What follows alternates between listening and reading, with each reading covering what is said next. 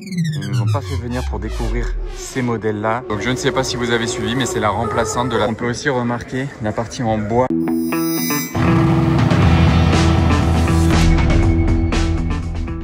Hello everybody, this is Fipe. Comment allez-vous les amis? On se retrouve pour une nouvelle vidéo à Monaco, mais on va pas rester longtemps dans Monaco en fait, on va même pas du tout y rester. On va monter, on le voit presque ici tout là-haut derrière, l'hôtel Maybourne sur les hauteurs de Monaco. Vous verrez, la vue va être magique, mais il n'y aura pas que la vue qui sera magique, on va être entouré de pas mal de belles Ferrari et d'exclusivité aujourd'hui. Donc installez-vous bien, si vous aimez Ferrari vous êtes à la bonne place, installez-vous bien, on monte à l'hôtel Maybourne. Regardez ce qu'il y a juste devant l'hôtel. Bon là il y a un Viano qui me bloque un peu la vue, attendez. Il y a beaucoup de Ferrari, du coup fallait s'y attendre, mais il y a des modèles plutôt sympas. Regardez cette 512 BB aux couleurs de Monaco. Je l'avais jamais vue celle-ci, même dans Monaco, donc c'est incroyable de l'avoir sortie. C'est une 512 BBI avec le petit sticker MC là, vraiment sympa. À droite là-bas, on a une 12 cylindrée en Giallo Monte Carlo. La 296 qui arrive. Et attendez, ce n'est pas tout. Bon, il y a une TB11. Là, il y a un beau line-up. Celle tout au fond là-bas, vraiment très intéressante. Je vais la voir d'ici peu. Là, on a une 996 GT2 blanche. Celle-ci très belle, cette 296. Waouh. Et en plus de ça, la Dodici cylindrique, comme on devrait l'appeler, est en combo avec une SF90, du même jaune, Giallo Monte Carlo. C'est ça qui est beau. Bon, là, on a une GT3, c'est pas trop le thème, mais c'est quand même une Monte Racing avec les caches carbone là et la petite prépa qui va bien. Ici, rien de spécial. Voilà, le combo des deux de la même couleur, ça c'est cool. Ça c'est vraiment hyper cool même. Ça c'est pour le V12. Est-ce qu'on va entendre le V8?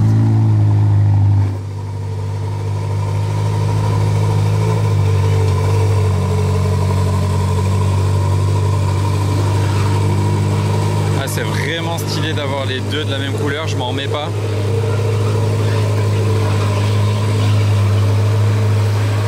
Oh, petite plaque 13, passion de plaque. Là, l'avant de la 512 BB ici.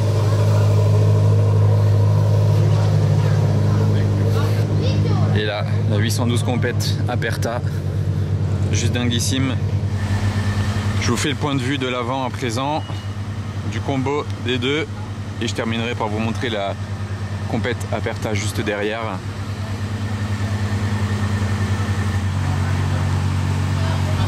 Enfin, c'est dur d'avoir le combo bien là des deux.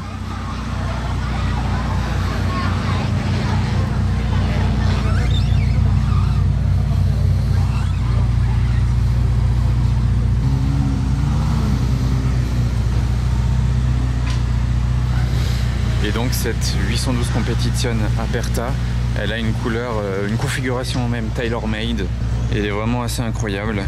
Regardez la plaque entre les sièges. Pour le 10e anniversaire de la cavalcade en 2021, les sièges sont vraiment trop beaux également, ils sont vraiment magnifiques. Les étriers rouges qui vont bien avec les liserés rouges. Et surtout la cote de cette voiture qui est entre 1,5 et 2 millions d'euros, surtout dans une configuration tailor-made. Allez, on prend un peu de hauteur sur Monaco, quelques minutes. On se retrouve au Maybourne Riviera pour un événement Ferrari. Donc déjà, je remercie Scuderia Monte Carlo, la concession Ferrari de Monaco, pour l'invitation. Et ils nous ont pas fait venir pour découvrir ces modèles-là, que je vous filme déjà assez souvent. Je vous les montre quand même parce que le setup est incroyable. Mais juste après, on va rentrer dans le vif du sujet avec un nouveau modèle Ferrari que je vous ai jamais filmé. Et ça, faut le faire. Pas tous les jours que je vois une Ferrari que je n'ai jamais vue. Celles qui sont posées ici, c'est pour les test drive. Donc c'est des modèles de la gamme actuelle. Enfin, plus si actuelle pour l'Aroma Spider, sachant que la Amalfi a été présentée il y a peu. Et elle remplace l'Aroma. Donc l'Aroma, c'est fini. Maintenant, c'est la Amalfi. C'est une version un peu 2.0 de l'Aroma. Là, on a une 296, mais on a énormément de chance aussi sur la météo. Le lieu déjà est incroyable. Vous allez voir comment ils ont aménagé ça, c'est juste fou. Regardez la couleur de Spiro Sangue. On en a un bleu avec une autre Roma et la vue sur Monaco. Il y a beaucoup de yachts parce qu'on est en période de yacht show. Je vous montrerai un petit peu mieux la vue juste après. Allez, let's go dans la Casa Ferrari. Alors, croyez-le ou non, mais tout ce que vous allez voir là est éphémère. Tout ça a été installé pour la semaine uniquement. mais on dirait que c'est vraiment fait, on dirait que c'est un nouveau showroom Ferrari lifestyle, parce que là il y a les voitures Ferrari, ici il y a tout ce qui est mode, sac à main, vêtements, accessoires, ici c'est dégustation de champagne, partenaire avec Ferrari.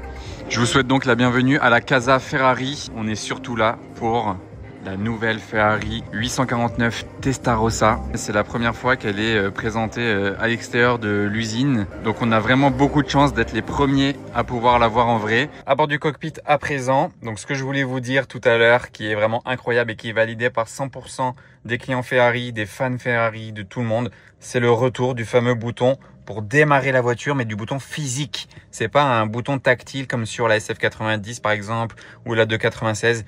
Sur la SF90, le start il est là, mais il était devenu tactile et tout le monde était vraiment déçu que Ferrari ait enlevé le fameux bouton qui vous donne vraiment les sensations de démarrer le moteur. Bah, ils l'ont remis, ça y est. C'est le retour, vous voyez, start. Là, c'est un vrai bouton.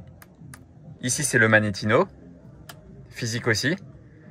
Ici, là, c'est un peu camouflé, mais quand vous mettez le contact, ça affiche les modes du Manettino. Donc sport, race, wet, tout ça. Ici, vous avez les modes qui s'affichent pas non plus, mais pour mettre en électrique ou démarrer le moteur, parce qu'elle est hybride. Donc c'est comme la SF90. Ici, c'est des boutons tactiles. Mais bon, ça, c'est pas grave que ce soit tactile. Vraiment, ce qui est important, c'est de retrouver le bouton physique pour démarrer et pour le Manettino. Et ils ont vraiment transformé l'intérieur en cockpit. C'est-à-dire que là, ils vous enveloppent ici le conducteur. Il est enveloppé derrière cette partie-là. La boîte de vitesse qui était normalement en bas, ils l'ont montée ici. Donc ça fait vraiment un cockpit avec tout qui est disponible ici face à vous. Là, pour mettre en mode auto, faut lever ça. Ici, c'est manuel. Launch control, marche arrière. Ici, c'est la climatisation tactile. Là, il y a le display passager, l'écran. Mais je crois pas que je puisse allumer tout ça. L'emplacement de la clé. Une petite boîte à gants ici avec de quoi brancher le téléphone. Les sièges, ça c'est les sièges baquets carbone. Mais très confortable, vraiment très confortable. Là, je suis très bien dedans. L'intérieur terracotta, c'est vraiment beau, hein. C'est quand même assez rare. On voit le moteur ici derrière nous. Le modèle rappelé ici sur le tableau de bord, comme sur toutes les Ferrari, il y a toujours le modèle inscrit là-bas. Le volant, voilà, donc c'est le nouveau volant vraiment très beau. Palette en carbone assez grande derrière, même très grande. La portière ici aussi, c'est très bien fait. Là, pour mettre le bras, c'est nickel. On se sent bien, bien à l'intérieur, bien enveloppé. Donc voilà, l'intérieur, c'est validé à 100%, surtout dans cette config. J'aime vraiment bien, là, on peut même mettre une petite bouteille d'eau. Et pour ouvrir la porte, c'est comme sur la SF90, il n'y a pas une poignée, c'est un bouton. Regardez, c'est ce bouton. Et voilà, ça ouvre la portière. Donc je suis bien content de la découvrir en vrai, parce qu'en photo et vidéo c'est jamais pareil. Là au moins je peux me faire ma propre idée et je peux partager ça avec vous surtout, c'est ça qui est intéressant. Donc je ne sais pas si vous avez suivi, mais c'est la remplaçante de la Ferrari SF90. On est toujours sur un V8 hybride d'un peu plus de 1000 chevaux. Ils ont vraiment fait une nouvelle voiture exceptionnelle, digne des Icona Series. Parce que regardez le design, c'est bien un modèle de série, c'est pas du tout un modèle spécial digne d'une Icona Series, mais regardez ce design. Je vais m'attarder sur quelques détails. Après, je vous parlerai aussi brièvement de cette Ferrari Roma qui est tailor-made. Il y a vraiment des trucs de ouf à vous faire voir dessus. Et premièrement, observez la portière de la Testarossa. Ça, c'est pour le coffre sur l'avant. Et l'emplacement du moteur est comme sur la SF90, en contrebas au centre à l'arrière. Donc pour la répartition des poids, c'est parfait. Et surtout la baie du moteur est tout en carbone. Il y a même le numéro de châssis inscrit directement ici. Là, châssis number. Tout ça en carbone. Je pense que c'est une option que ce soit tout en carbone par contre, je pense. Ça à vérifier. Le cœur de la bête est présent ici. Il est toujours rouge, c'est ça qui fait plaisir aussi. Le moteur Ferrari, c'est toujours rouge, ça au moins ça ne se perd pas. Je vais vous montrer la portière qui est, dites-vous, faite dans un bloc d'aluminium. Et la particularité, la complexité même de ce travail, qu'ils ont voulu faire, donc là, un flux d'air qui passe ici dans la portière, vous voyez, qui part directement au moteur. Donc ça déjà, c'est très sympa de voir vraiment ce couloir d'air. La poignée, elle est camouflée derrière pour ouvrir la porte. Donc ça fait vraiment très épuré sans la poignée. Mais surtout, dites-vous qu'ils ne pouvaient pas aller plus loin dans l'angle dans lequel ils ont vraiment plié l'aluminium. Regardez, vous voyez, c'est très fin, très étroit, mais c'est un bloc qui a été plié et ils sont arrivés au maximum d'angle avant qu'en fait ça ne casse tout simplement.